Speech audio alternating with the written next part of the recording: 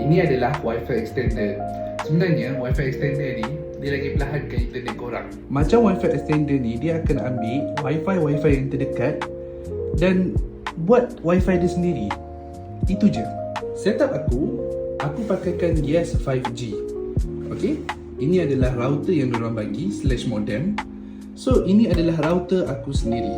Okay, kenapa kita nak kena pakai router kita sendiri? Macam Wi-Fi extend ni, dia ambil Wi-Fi daripada main, tukarkan kepada sini. So dia ada Wi-Fi dia sendiri.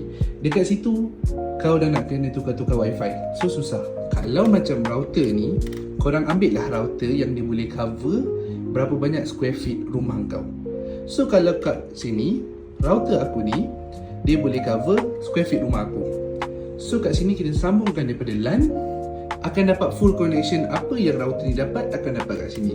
Kalau kau tengok dekat sini, LAN port dia dekat Wi-Fi extend tu ada satu je, tapi dekat router aku ada 4. Kalau macam router, dia ada 4 port untuk LAN, tapi kau tak boleh bawa jauh. Sebab apa? Dia bergantungkan pada wire. Kalau kau dapat jumpa router yang sesuai untuk korang, yang boleh cover satu rumah, berbaloi lah. Sekarang ni kita nak speed test Wi-Fi extender ni kat bilik sebelah.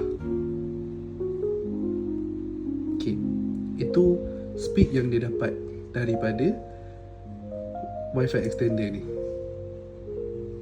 Perlahan.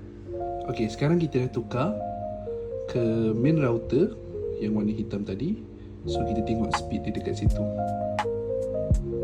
Tadi berapa? Tak sampai 20 Mbps. Sekarang dapat berapa? Main router tadi dapat sambung kat sini, tapi dapat berapa sahaja.